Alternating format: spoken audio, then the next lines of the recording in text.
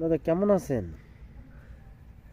আহ ইনি হচ্ছেন আমার শ্রদ্ধেয় দাদা, আমার অত্যন্ত প্রিয়জন, অত্যন্ত প্রিয় ভাজন ব্যক্তিত্ব। ইনি আমার একজন শুভাকাঙ্ক্ষীও বটে। ইনি একটা সময় প্রাথমিক বিদ্যালয়ের শিক্ষক ছিলেন, এখন অবসরপ্রাপ্ত। অবসরে বাড়িতে কাজবাজ করেন আর গোপালন করেন। তবে ওনার একটা শখ আছে, শখটি হলো দাবা খেলার শখ। উনি যেখানে যাকে যেভাবে দেখেন সেখানেই উনি দাবা খেলার প্রস্তাব দিয়ে বসেন। ওনার সঙ্গে মাঝে মাঝে আমিও দাবা খেলতে বসি।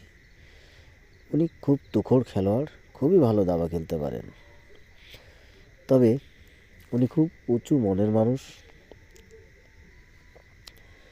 খুবই আন্তরিক, মানুষের সঙ্গে খুবই ভালো ব্যবহার করেন। সবাই ওনাকে খুব ভালোবাসেন, খুবই পছন্দ করেন।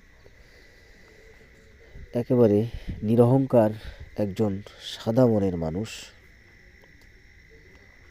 মনে কোনো অহংকার নাই, নাই কোনো গর্ব। খুবই সাদা মনের মানুষ, খুবই ভালো মানুষ।